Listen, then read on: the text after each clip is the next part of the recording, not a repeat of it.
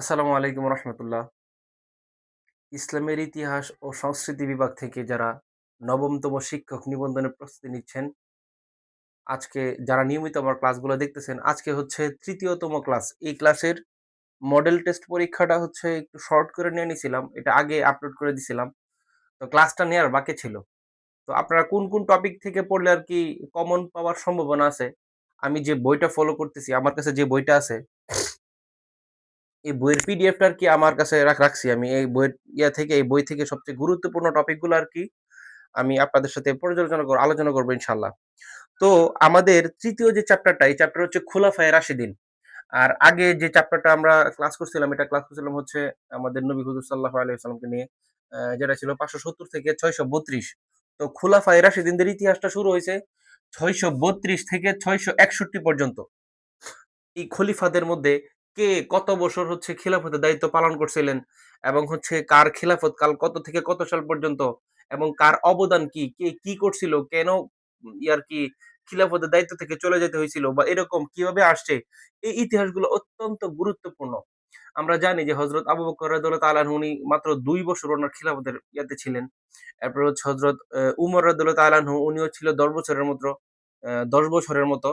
তারপরে হচ্ছে হযরত উসমান রাদিয়াল্লাহু তাআলা আনহু উনি ছিল ১২ বছর। এভাবে প্রত্যেকটা খলিফার যে এদের সময়কাল কত থেকে কত সাল পর্যন্ত আসছিল এবং তাদের অবদান সবথেকে গুরুত্বপূর্ণ যে পয়েন্টগুলা এগুলাই আমি আলোচনা করব।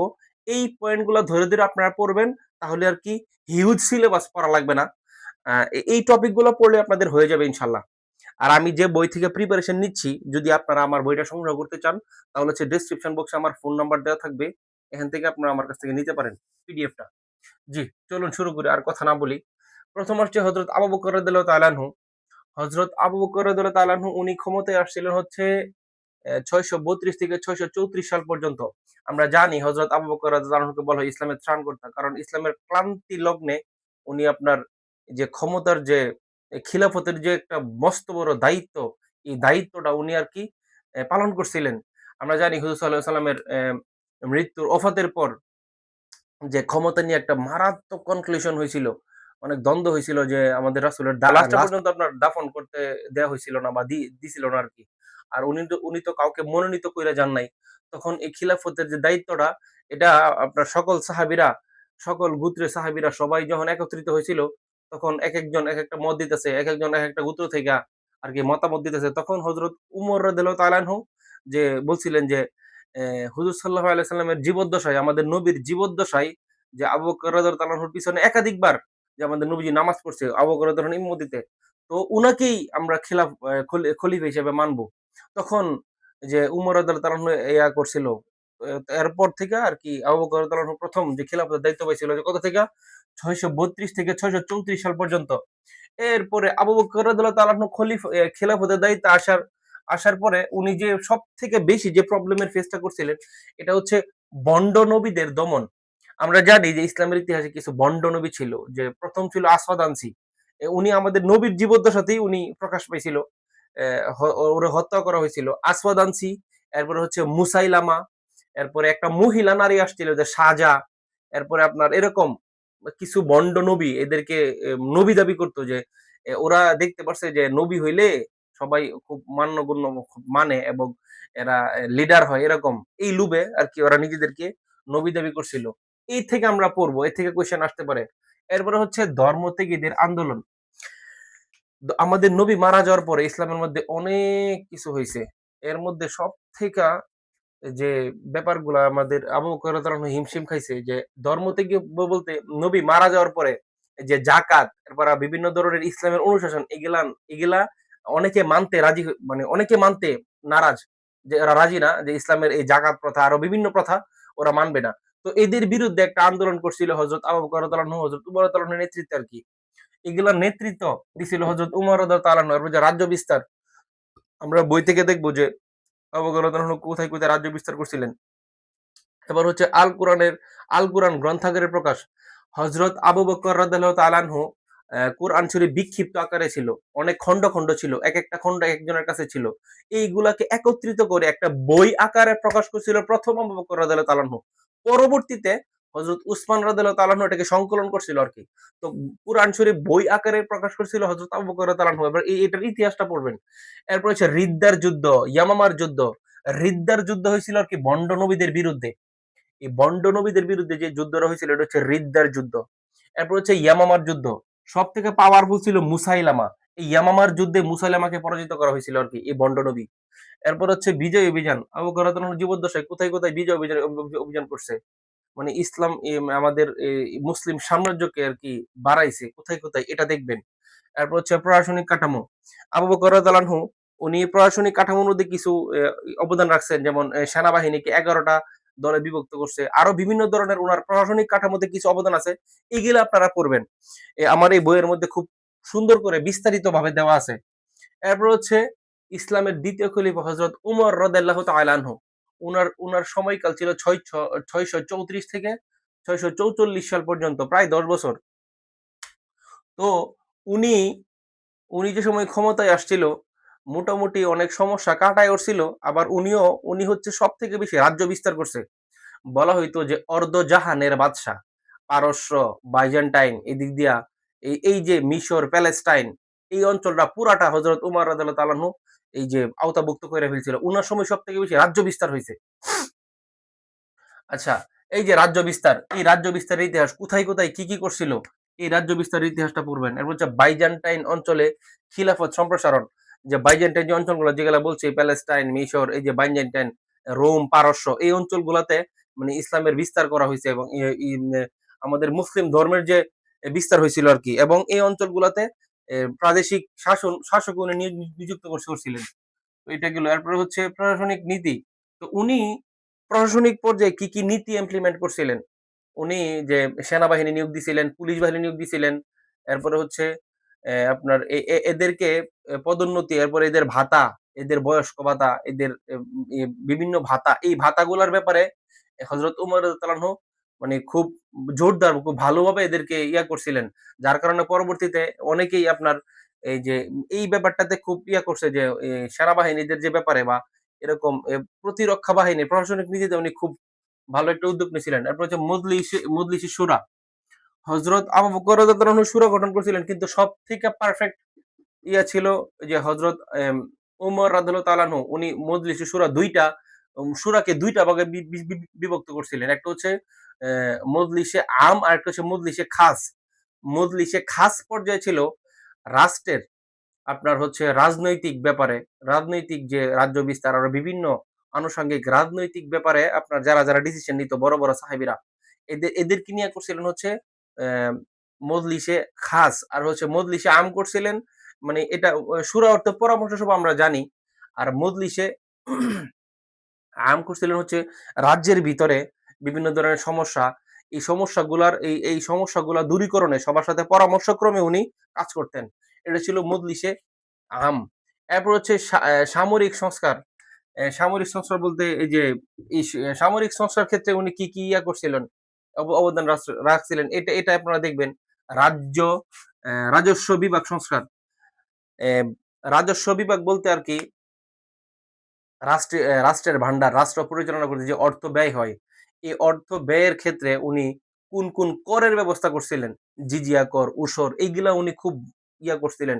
এটা গুরুত্বপূর্ণ, এখান থেকে কোয়েশ্চেন আসতে পারে যে উনি রাজ্য বিভাগ সংস্কারের ক্ষেত্রে কি, কি অবদান রাখছিলেন? হযরত উমর রাদিয়াল্লাহু তাআলা আনহু কিন্তু আরবে মাত্র ১৭ জন শিক্ষিত ব্যক্তি ছিল, তা উচ্চ শিক্ষিত। এদের মধ্যে একজন ছিল হযরত উমর রাদিয়াল্লাহু তাআলা আনহু। আরবে ১৭ জন সবথেকে উচ্চ শিক্ষিত ব্যক্তিদের মধ্যে একজন ছিল হযরত উমর রাদিয়াল্লাহু তাআলা আনহু। এরপরে দেখেন প্রাদেশিক শাসন, বিকেন্দ্রীকরণ, প্রদেশ ও জেলা। প্রাদেশিক শাসন উনি যে রাজ্য বিস্তার করছিল, এই প্রত্যেকটা রাজ্যকে বিভিন্ন প্রদেশে বিভক্ত করে প্রত্যেকটা প্রদেশে আপনার আলাদা, আলাদা ভাবে স্বতন্ত্রভাবে এদেরকে পার্ট করে দিছে এবং প্রত্যেকটা প্রদেশের জন্য আলাদা, আলাদা গভর্নর নিযুক্ত করে দিছে। প্রত্যেকটা প্রদেশকে উনি আপনার আলাদা, আলাদা যেমন এই যে মদিনাকে মোটামুটি ১৪ টি জেলাতে এভাবে জেলা ওয়াইজ বিভক্ত করে দিছিল উনি। তো উনার এই সংস্কারটা, এই প্রাদেশিক সংস্কার এটা থেকে কোয়েশ্চেন আসতে পারে, গুরুত্বপূর্ণ। এরপরে আসি ইসলামের ৩য় খলিফা হযরত উসমান রাদিয়াল্লাহু তাআলা আনহু। সময় কম, আমাদের ডিউরেশন টাইম কম। এজন্য আমি খুব স্পিডে পড়তেছি। এগুলা আপনারা আপনাদের বই থেকে পড়ে নিবেন। আর আমার কাছ থেকে বইটা সংগ্রহ করতে পারবেন। আমাকে টেক্সট করে WhatsApp এ মেসেজ দিলে আমি আপনাদেরকে বইটা দিয়ে দিতে পারবো। তো দেখেন হযরত উসমান রাদিয়াল্লাহু তাআলা আনহু, হযরত উসমান রাদিয়াল্লাহু তাআলা আনহুর সময়কাল ছিল ৬৪৪ থেকে ৬৫৬ সাল পর্যন্ত। উসমান রাদিয়াল্লাহু তাআলা আনহুর সময় আরকি একটু কনক্লুশন হইছে, অনেক ধরনের সমস্যা হইছে এবং উসমান রাদিয়াল্লাহু তাআলা আনহু আপনার প্রশাসনিক ক্ষেত্রেও অবদান ভূমিকা পালন করছে। উসমান রাদিয়াল্লাহু তাআলা আনহুকে বলা হইতো যে জিন্নুর আইন। আমাদের নবীজির ২ মেয়েকে উনি ২ কন্যাকে উনি বিবাহ করছিলেন। এদেরকেও এইজন্য উনাকে বলা হইতো ২ নূরের অধিকারী বা জিন্নুর আইন। তো হযরত উসমান রাদিয়াল্লাহু আনহু কুরআন সংকলন, হযরত উসমান রাদিয়াল্লাহু আনহুর সময় বিভিন্ন প্রদেশে আপনার বিভিন্নভাবে মানুষ কোরআন পড়তো। আপনার কোরআন শরীফের সহি যে ব্যাপারটা, যে সহি শুদ্ধভাবে অ্যা উম এই সহি শুদ্ধর যে ব্যাপারটা এটা আপনার নষ্ট হয়ে গেছিল। একেকজন একেকভাবে কোরআন শরীফকে ব্যাখ্যা করত। তো উনি কি করছে? হযরত হাফসা রাদিয়াল্লাহু তাআলা আনহার কাছ থেকে পান্ডুলিপি নিয়ে, হযরত হাফসা রাদিয়াল্লাহু তাআলা আনহা হযরত উমর তাআলা আনহুর কন্যা, আমাদের আমাদের নবী সাল্লাল্লাহু আলাইহি ওয়াসাল্লামের এম বিবি। তো উনার কাছ থেকে পান্ডুলিপি নিয়ে পারফেক্ট ভাবে কুরআন শরীফকে সংকলন করে বাকি প্রত্যেকটা প্রদেশ থেকে, সব প্রদেশ থেকে কুরআন শরীফকে একত্রিত করে উনি জ্বালায় দিছিলেন। উনি পুড়ে ফেলছিলেন এবং সকল হাফেজদেরকে একসাথে নিয়ে উনি আরকি এম এই এত বড় একটা কাজ করছিলেন, যেটা অত্যন্ত গুরুত্বপূর্ণ এবং অত্যন্ত ভালো কাজ। তো উনার এই কাজকে পুঁজি করে কিছু স্বার্থের নিশে মুসলিমরা উনার বিরুদ্ধচারণ করছে এবং পরবর্তীতে উনাকে এই ব্যাপারে হত্যাও করা হয়েছিল। এরপর হচ্ছে আনীত অভিযোগ। হযরত উসমান রাদিয়াল্লাহু তাআলা আনহুর বিরুদ্ধে প্রচুর অভিযোগ ছিল। যদিও এগুলা মিথ্যা। যে উনি খুব স্বজনপ্রীতি করত। যে উনার এই ইয়ার মধ্যে প্রশাসনিক পর্যায়ে উনি উনার আত্মীয়দেরকে বা উনার গোত্রের লোকদেরকে বসাইছিল বা এক সাহাবীকে ইয়াতে পাঠাইছিল। রাজ্য থেকে বের করে দিছিল। এরকম অনেক, অনেক অভিযোগ আইনা উনার বিরুদ্ধে উনাকে ক্ষমতাচ্যুত করছিল আরকি। নাগরিক গোলযোগ।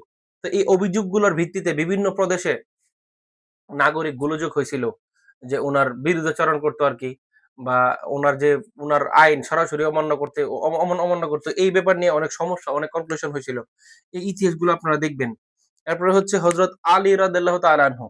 উনার ইতিহাস জানি আপনার ৬৫৬ থেকে ৬৬১ সাল পর্যন্ত। তো উনার সময় আরকি একটু ঝামেলা হইছে যে হযরত উসমান রাদিয়াল্লাহু তাআলা আনহুকে হত্যার যে পরিকল্পনা করছিল, যদিও আলী রাদিয়াল্লাহু তাআলা আনহু করে নাই কিন্তু অনেকে সন্দেহ করত। যেমন যে একটা যুদ্ধ হয়েছিল যে উসরের যুদ্ধ। হযরত আলী রাদিয়াল্লাহু তাআলা আনহুর বিরুদ্ধে যে হযরত আয়েশা রাদিয়াল্লাহু তাআলা আনহা, তালহা, জুবায়ের ওদের নেতৃত্বে হযরত আলী রাদিয়াল্লাহু তাআলার বিরুদ্ধে যুদ্ধ হয়েছিল। ওরা মনে করত যে আলী রাদিয়াল্লাহু তাআলা আনহু হযরত উসমান রাদিয়াল্লাহু তাআলা আনহুকে মারাইছে। উনার হত্যার পিছনে হযরত উসমান রাদিয়াল্লাহু তাআলার হত্যার পিছনে হযরত আলী রাদিয়াল্লাহু তাআলা আনহুর সরাসরি হাত আছে। এ ব্যাপারে আরকি ওরা মনে করত যে এই যুদ্ধটা হয়েছিল। যদিও এটা সরাসরিভাবে বলা যায় না বা উনার দোষ নাই। এটার মধ্যে আরকি আমাদের সমাজের মধ্যে তো আমরা দেখি যে ক্ষমতা লোভের জন্য আরকি থার্ড পার্টি থাকে। ওরা ২ দলের মধ্যে ঝগড়া লাগায় দিয়ে পরবর্তীতে ওরা আরকি মজা নেয় বা ক্ষমতা হস্তগত করে। তো এই ব্যাপারটা হয়েছিল। তো এই ইতিহাসটা খুব ভালো করে দেখবেন যে উষ্ট্রের যুদ্ধে হযরত আলী রাদিয়াল্লাহু আনহু জয় হইছিল। পরবর্তীতে তালহা ও জুবাইর রাদিয়াল্লাহু আনহুকে মেরে ফেলছিল। হযরত আয়েশা রাদিয়াল্লাহু আনহা আপনার মক্কাতে চলে গেছিল। এরপর সিফফিনের যুদ্ধ হয়। এই সিফফিনের যুদ্ধ হয় হযরত আলী রাদিয়াল্লাহু তাআলা আনহু আর হচ্ছে সিরিয়ার গভর্নর নিযুক্ত মুয়াবিয়া রাদিয়াল্লাহু তাআলা আনহু, এই ২ জনের মধ্যে। পরবর্তীতে আমরা জানি আলী রাদিয়াল্লাহু তাআলা আনহুকে করে যে উম কতল করে, যে আলী রাদিয়াল্লাহু আনহু কতল করে মুয়াবিয়া সাম্রাজ্য মানে উমাইয়া সাম্রাজ্য প্রতিষ্ঠিত হয়। তো এই মুয়াবিয়া তখন ক্ষমতায় আসীন হয়। আচ্ছা যাক, এই সিফফিনের যুদ্ধের মধ্যে আপনার এই সিফফিনের যুদ্ধটা সংঘটিত হয় ৬৫৭ খ্রিস্টাব্দের দিকে। তো এই আলী রাদিয়াল্লাহু আনহুর ক্ষমতার ১ বছর পরই আরকি এই যুদ্ধটা সংঘটিত হয়। এই যুদ্ধের মধ্যে প্রচুর পরিমাণ ক্ষয়ক্ষতি হয়েছিল। অনেক কোরআনে হাফেজ মারা গেছিল। পরবর্তীতে একটি খারেজি সম্প্রদায়ের জন্ম হয়। পক্ষপাতিত্ব নিয়ে, রাজনৈতিক বিভক্তি নিয়ে। খারেজ অর্থ হচ্ছে দল থেকে বের হয়ে যায়। এই কেন খারেজিদের জন্ম হয়? উষ্ট্রের যুদ্ধের আপনার এই প্রেক্ষাপট, সিফফিনের যুদ্ধের প্রেক্ষাপট, এর পরবর্তীতে আলী রাদিয়াল্লাহু তাআলা আনহু আর হচ্ছে খারেজিদের মধ্যে একটা যুদ্ধ হয়। নাহরাওয়ান যুদ্ধ। এই যুদ্ধের প্রেক্ষাপট এগুলা আপনারা আলোচনা করবেন। এই টপিক গুলো ধরে, ধরে আপনারা পড়বেন। আশা করি ইনশাআল্লাহ এখান থেকে আপনারা হচ্ছে খোলাফায়ে রাশিদিনের যে প্রশ্নগুলা এখান থেকে আপনারা কমন পাবেন। আর যারা আপনারা বইটি নিতে চান আমার সাথে যোগাযোগ করুন। আমার WhatsApp নাম্বারটা এখানে দেওয়া থাকবে। আমার ডেসক্রিপশন বক্সে আমার WhatsApp নাম্বারটা দেওয়া থাকবে। এখান থেকে আপনারা বইটি সংগ্রহ করে আপনারা পড়তে পারবেন। আর প্রতিনিয়ত ক্লাস হবে। প্রতিনিয়ত প্রত্যেকটা ক্লাস বেসড একটা মডেল টেস্ট হবে। ইনশাআল্লাহ। ভালো থাকুন, সুস্থ থাকুন আর পরীক্ষার প্রিপারেশন নিন। আসসালামু আলাইকুম।